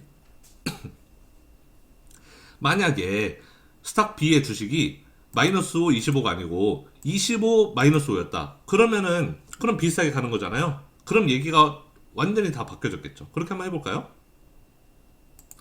얘를 5%가 아니라 25%로 만들고 얘를 마이너스 5%로 만들어 봅시다. 아까랑 반대로. 그러면은 30일 때 25%둘 다 같이 오르고 마이너스 11 때 마이너스 5 둘 다 같이 내려가는 이런 애들이잖아요. 자, 일단 상관계수 얼마 됐어요? 상관계수 1이죠. 이제는 둘이 같이 가는 애예요. 오를 때 같이 오르고 내릴 때 같이 내려가고. 그러니까 분산 투자 효과가 있다 없다? 없다. 왜냐면 표준 편차가 19.6, 14.7이었는데 포트폴리오 표준 편차는 17.15잖아요. 이거 둘의 딱 중간인 거죠. 그러니까 이거는 위험이 낮아지지 않은 거죠. 자, 이해가 되나요? 그래서 분산 투자를 사실은 두 주식이 완벽하게 동일하게 같은 방향으로 가는 애라면 분산 투자를 할 필요가 없다. 왜? 두 개가 똑같이 움직이는 애면은 사실 하나에 투자 하나, 둘의 분산 투자 하나 똑같은 거란 말이에요. 어차피 두 개가 똑같은 애니까. 똑같은 애, 쌍둥이랑 표현이 이상한가. 하여튼, 똑같은 애한테 분산 투자하는 게 무슨 의미가 있겠어요. 상식적으로 생각했을 때. 어차피 둘은 똑같은 애인데. 똑같이 움직이는 애라면은 내가 그냥 그 중에 하나에 투자 하나, 아니면 그거에 쌍둥이 한테 나눠서 투자하나 의미가 없다는 거죠. 어차피 같은 방향으로 갈 테니까.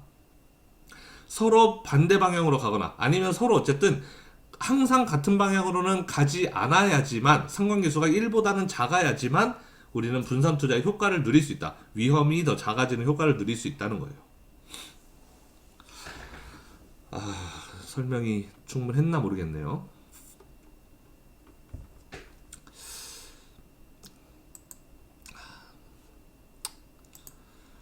설명이 충분했나 모르겠네. 어려운가요?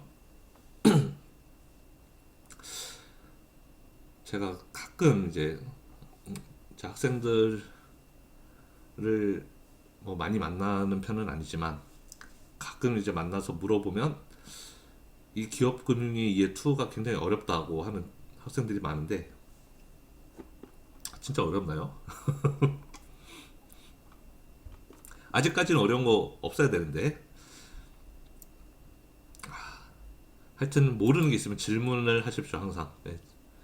질문하면 제가 네, 단톡방에 오픈 챗방에 질문하면 제가 성의껏 답을 올려드릴게요. 자, 그럼 그 밑에 퀴즈 한번 풀어볼까요? 경제 상황에 따른 주식 X와 주식 Z의 예측 수익률은 다음과 같다. 그래서 이번에는 X와 Z 주식 두 개가 있고 그 상황은 세 개가 있네요. 붐, 노멀, 리세션일 때 각각의 상황들이 있고 이제 그럴 때 이제 각 주식의 수익률의 분포가 나와 있고 주식 A에 6,000달러, Z에 4,000달러. 그러니까 10,000달러를 0.6, 60%는 X에, 40%는 Z에 투자했다는 거죠. 이 포트폴리오의 기대 수익률과 분산을 구하라. 자, 해봅시다. 똑같이.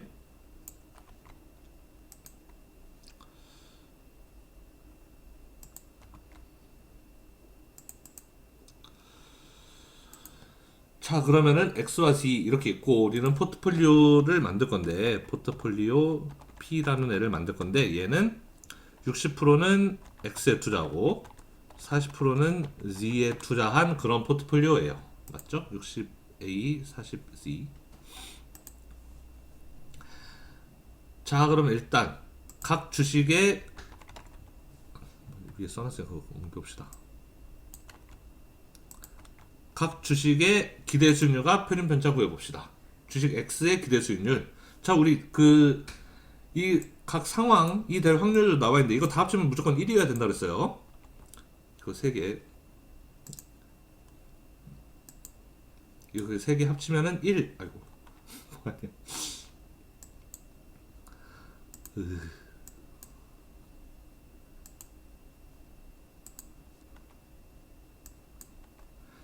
자. 이렇게 세 개 합치면은 1이어야 된다 그랬죠. 왜냐면 이 상황 외에 다른 상황은 없는 거니까 우리 가정에는 이거 세 개 합치면 무조건 1이어야 된다. 그리고 가중치도 X에 60, Z에 40 합치면 무조건 1이어야 된다. 다른 거에 투자하는 게 없어야 되니까요. 자, X의 기대 수익률 붐이 될 확률 곱하기 붐일 때의 수익률 더하기 노멀이 될 확률 곱하기 노멀일 때의 수익률 더하기 리세션일 때의 확률 곱하기 리세션이 될 확률 곱하기 리세션일 때의 수익률. 자, 이렇게 말로 하면 훨씬 이해가 쉽죠. 이렇게 더했더니 0.105, 10.5%죠. 자, 딱 봐도 15, 15인데 얘가 얘보다 확률이 좀 더 높으니까 약간 10보다 살짝 위일 것이다 생각하면은 뭐 이렇게 될 겁니다. 자, 얘는 19, 10이니까 대충 평균이 한 9점 얼마 이렇게 나오겠죠. 느낌상 해봅시다. 붐이 될 확률 곱하기 붐일 때의 수익률 더하기 노멀이 될 확률 곱하기 노멀일 때의 수익률 더하기 리세션이 될 확률 곱하기 리세션일 때의 수익률. 이렇게 하면 대략 19, 10이니까 대충 9점 얼마가 평균이 될 거라고는 예상이 되는데 계산해 보면은 9.4%, 0.094, 9.4%가 나왔습니다. 자, 이번에는 표준 편차 계산해 보죠. 표준 편차. 붐이 될 확률 곱하기 붐일 때의 수익률에서 평균값을 뺀 편차의 제곱 더하기 노말이 될 확률 곱하기 노말일 때의 수익률에서 평균값을 뺀 편차의 제곱 더하기 리세션이 될 확률 곱하기 리세션일 때의 수익률에서 평균을 뺀 값의 제곱. 이렇게 해주면 여기까지가 분산. 여기에 루트를 씌우면 표준 편차. 그래서 루트를 씌웁시다. 여기에 루트를 씌우면 0.5승을 해주면 표준 편차가 되겠네요. 그래서 표준 편차는 3.12% 정도 되네요. 0.03 이 정도 됐습니다. Z에 대해서 똑같이 해보죠.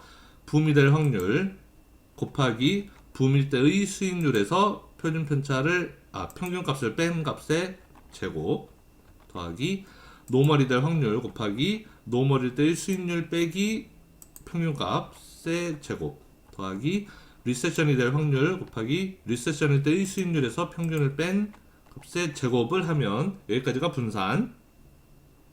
그리고 여기에 루트를 씌우면 이게 표준 편차. 자, 이거 다 우리 중학교 때 다 배운 내용이에요.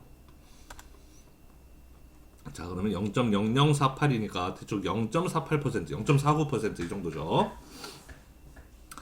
자, 뭐 퍼센트로 바꿔볼까요? 퍼센트로 쓰면 네, 이렇게 됩니다. 자, 그래서 X와 Z의 기대 수익률 각각 구했고, 표준 편차 각각 구했고, 그 다음에 포트폴리오 P. 자, 우리 책에서 그 앞에서 그 책에서 하는 설명대로 따라가면 포트폴리오 P에 대해서도 우리가 확률 분포를 만들 수가 있다. 수익률의 분포를 어떻게?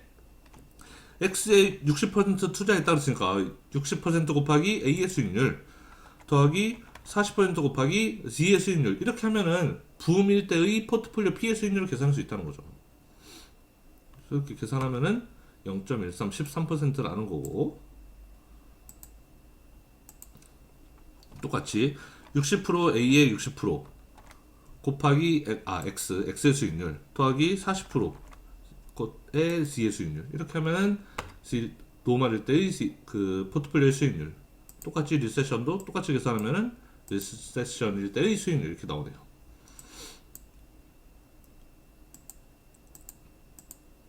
자, 이렇게 각각 그 포트폴리오 P의 수익률을 붐, 노멀, 리세션일 때 각각의 수익률을 계산했어요. 그러면 우리 앞에서 이걸 활용해서 이거 두 개 구했고, 이걸 활용해서 이거 두 개 구한 것처럼 얘를 활용해서 이렇게 두 개 똑같이 구할 수 있다는 거죠. 기대 수익률 어떻게 구한다? 붐이 될 확률 곱하기 붐일 때의 수익률, 노멀이 될 확률 곱하기 노멀일 때의 수익률, 리세션이 될 확률 곱하기 리세션일 때의 수익률, 이렇게 계산하면은 된다라는 거죠. 그래서 10.06%.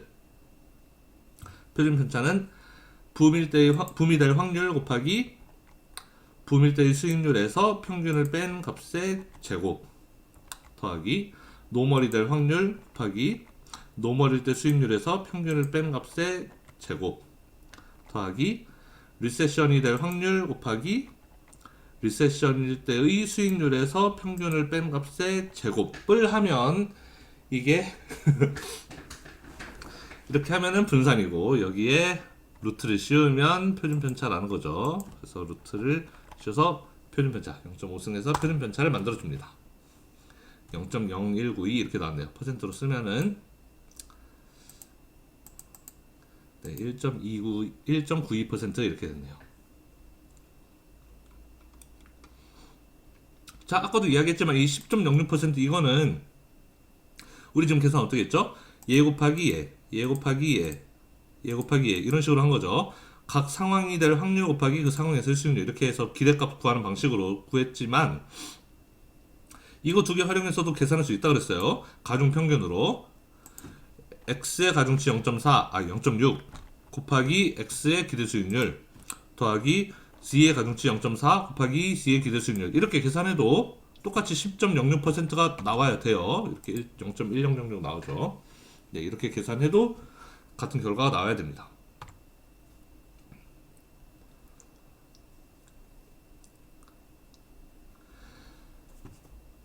자, 그러면은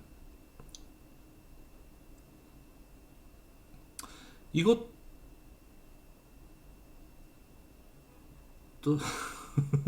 이것도 아까 했던 방식으로 한번 구해보죠. 그 공분산을 구하고 상관계수를 구하는 방식으로, 그래서 상관계수를 활용해서 이제 그 계산하는 방식으로 한번 해보죠. 자, 공분산 어떻게 구한다? 공분산 뭐 이 부분은 몰라도 된다 그랬어요. 계산 방식은 몰라도 되지만 이제 상관계수를 보고 우리가 또 이해할 수 있는 부분이 있으니까 여러분들이 그냥 따라오기는 이제 하는 게 좋을 겁니다. 자, 공분산 이렇게 구한다 그랬죠?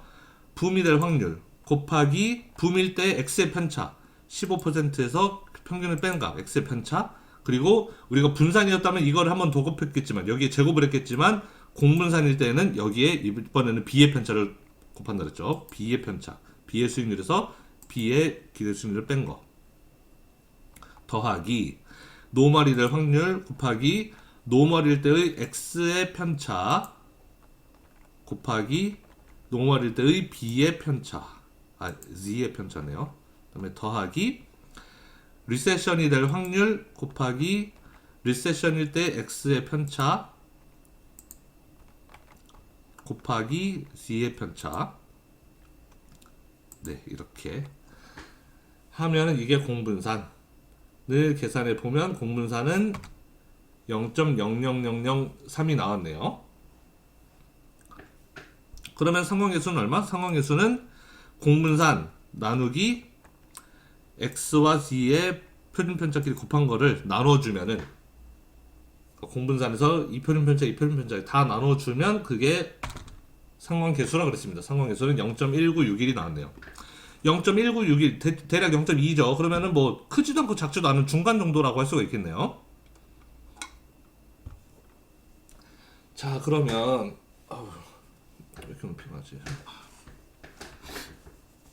자, 그러면 분산 투자의 효과 한번 생각해 봅시다. 우리 아까 거에서 이거 바꿔버렸구나. 우리 아까 거에서 여기가 마이너스 5%였고, 그다음에 이거 25, 아이고, 여기 마이너스 5%, 여기 25% 이렇게 했을 때 분산 투자 효과가 매우 큰 거를 우리 확인했었잖아요. 19.6, 14.7이었는데 표준 편차가 2.45 이렇게 뚝 떨어지는, 엄청 드라마틱하게 떨어진 것은 상관계수가 마이너스 1이었기 때문에, 얘네 둘은 서로 반대로 오를 때 떨어지고 떨어질 때 올라가는 그런 반대로 가는 애들이었기 때문에 분산 투자 효과가 매우 크게 나타났다, 이거를 이제 알 수가 있었어요. 자, 그럼 이번에도 분산 투자 효과가 얼마나 되나 봅시다. 분산 투자 효과가 얼마나 되는지를 보려면은 이 각 표준 편차가 있는데, 이거의 가중 평균으로 해봐서 표준 편차의 가중치를 구해봐서 그게 이 값이랑 실제 표준 편차랑 얼마나 차이가 나는지 그걸 보면 될 거예요. 그쵸? 뭔 소리냐면, 표준 편차가 만약에 가중치로 계산한다면, 표준 편차가 가중 평균으로 계산이 된다면 둘을 잇는 직선상에 이게 포트폴리오가 나타난다 그랬잖아요. 근데 가중 평균이 아니기 때문에 이거보다 더 왼쪽으로 간다 그랬죠. 그러면 분산 투자 효과가 크려면 이 가중 평균을 한 것보다 왼쪽으로 더 많이 가면 많이 갈수록 분산 투자 효과가 큰 거잖아요. 위험을 많이 낮췄다는 뜻이니까. 그러니까 표준 편차의 가중 평균 값을 구해보고, 즉 이 직선상에 있었다면 어디 있었나, 그 값을 구해보고 그거보다 왼쪽으로 실제 값이 얼마나 더 많이 갔나, 그거를 비교해 보자는 거죠. 분산 투자 효과를 보기 위해서. 그러면 가중 평균 한번 보기 전에 와, 나 미치겠네. 자, 이거 우리 상관계수 구했으니까 이걸 활용해서 이 표준편차 구하는 것도 해봤어야 됐죠. 근데 그걸 안 했네요. 상관계수를 활용해서 이 표준편차 구하는 거, 우리 공식대로 하는 거, 즉 이 공식대로 구하는 거, 이 공식 우리 상관계수를 좀 구해놨기 때문에 이 공식을 활용해서도 이제 구할 수가 있는데 깜빡하고 안 했네요. 자, 해봅시다. x의 가중치 0.6 곱하기 0.6, 그리고 그 다음에 x의 표준편차 3.12% 이거 두 번 곱하고, 그 다음에 z의 가중치 0.4 0.4 곱하기 z의 표준편차 이거 두 번 곱하고, 더하기 2 곱하기 x의 가중치 z의 가중치 x의 표준편차 z의 표준편차, 아이고, x의 표준편차를 한번 곱하고 z의 표준편차 곱하고, 그 다음에 상관계수까지 곱해야 분산이 된다 그랬죠. 이렇게 계산하면 분산, 여기 루트를 씌우면 표준편차, 그래서 루트를 씌우면 표준편차 0.0192 여기랑 똑같이 나오죠. 퍼센트로 계산하면은 1.92%. 그래서 이렇게도 구할 수 있다. 이건 이제 확인했고, 그래서 우리 표준편차도 두 가지 방식으로 구할 수 있다. 여러분들 이걸로 하는 게 쉬우면 이걸로 하고, 이 방식은 좀 더 복잡하지만 이렇게 해도 어쨌든 답은 결론은 같다. 자, 중요한 건 그게 아니고, 중요한 거는 아까 얘기하려다 말았던 분산 투자의 효과를 보자는 거예요. 그래서 분산 투자 효과를 보기 위해서는 우리 x의 표준편차가 3.12, z의 표준편차가 0.49, 그럼 그거의 가중평균은 얼마였나 봅시다. 가중평균 해보면 0.6 곱하기 x의 표준편차 더하기 0.4 곱하기 z의 표준편차, 이렇게 계산해 보니까 가중평균 하면은 퍼센트로 바꿔보면 2.07%래요. 가중평균으로 구하면 이거는 표준편차 아닌 거죠. 그러니까 이 값은 이제 가중평균을 구한 것이지, 이건 표준편차가 아닌 건데, 어쨌든 가중평균으로 했더니 2.07이에요. 그런데 실제 표준 편차는 1.92. 그럼 여러분들이 볼 때 이거는 분산 투자의 효과가 커요, 작아요? 2.07에서 1.92로 낮춘 거예요. 한 0.15 정도 줄었죠. 0.15% 줄어든 거예요. 이거 많이 줄어든 거예요? 조금 줄어든 거예요? 우리 아까 거랑 비교해봐요. 아까 거는 19.6, 14.7이었는데 2.45로 떨어졌어요. 얘랑 비교하면 얘는 2.07에서 1.92 된 거? 이거는 거의 효과가 없었다고 봐도 될 정도란 말이에요. 가중 평균과 실제 표준 편차의 차이가 크지 않다. 0.1 정도밖에 차이가 안 나니까요. 그러면 여러분들 문제. 왜 이렇게 그 분산 투자의 효과가 크지 않게 나타났을까요? 작게 나타났을까요? 분산 투자 효과가 작죠. 2.07과 1.92는 큰 차이가 아니니까 분산 투자 효과가 크지 않게 나타났어요. 아까 예에서는 엄청 큰 차이가 이렇게 나타나면서 표준 편차가 확 줄어들었는데 여기서는 가중 평균보다 별로 작지 않아요. 작긴 작지만 살짝 작아요. 분산 투자 효과가 왜 작았느냐? 자, 여러분들 첫 번째로는 아마 이런 여러분 한번 생각해 보시고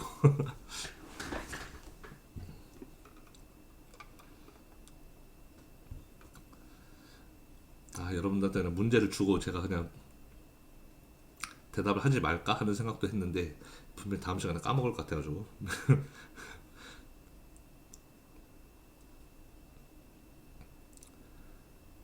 그냥 넘어갈까? 자, 그럼 여러분들 생각해 보세요. 그 일주일의 시간을 드리겠습니다.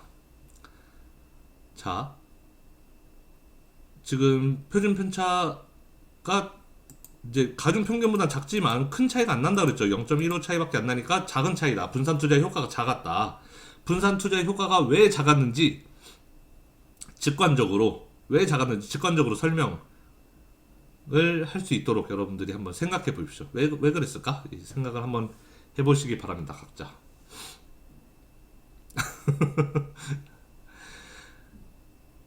그러면 다음 시간은 제가 까먹지 않으면 이거에 대한 답을 이제 하면서 수업을 시작하고 까먹으면 안 되는데 까먹을 것 같아가지고 지금 대답을 하고 싶은데 혹시 제가 까먹으면 그 카톡방에 올려주세요. 이거 설명 안 했다고. 저 여러분들한테 한번 생각해 볼 시간을 주기 위해서 제가 지금 설명 안 하고 넘어가려고 하는데 혹시나 제가 이거 그 분산 투자 효과가 왜 작았는지에 대해서 이유를 설명 안 하고 그냥 넘어가면은 여러분들이 저를 상기시켜 주시기 바랍니다. 그러면 조금 더 하면 좋긴 할 것 같은데 여기서부터는 이제 완전 새로운 내용이거든요. 그래서 이 부분은 다음 시간에 하도록 하겠습니다. 우리 진도가 좀 늦어져가지고 약간 걱정이네요. 진도가 살짝 늦었는데 그냥 뭐 좀 덜 배우죠 뭐. 조금 덜 배우고 뭐 시험 조금 쉽게 하고 이렇게 되면은 중간고사 범위가 12장까지밖에 안 나올 것 같은데 뭐 그렇게 하죠 뭐. 자, 그러면 오늘 수업은 좀 짧게 마치겠습니다. 좀 더 하려고 했는데 이거 이제 체계적 위험 이거 가기 시작하면 또 이것도 몇 시간짜리라서 빨리 못 끝낼 것 같아서 일단 오늘 여기까지 수업하고 다음 시간에 이 11장 마무리하면서 이제 리스크 앤 리턴 파트를 이제 완전히 끝내도록 할게요. 자, 그러면 오늘 수업은 여기까지 마치겠습니다. 수고하셨습니다.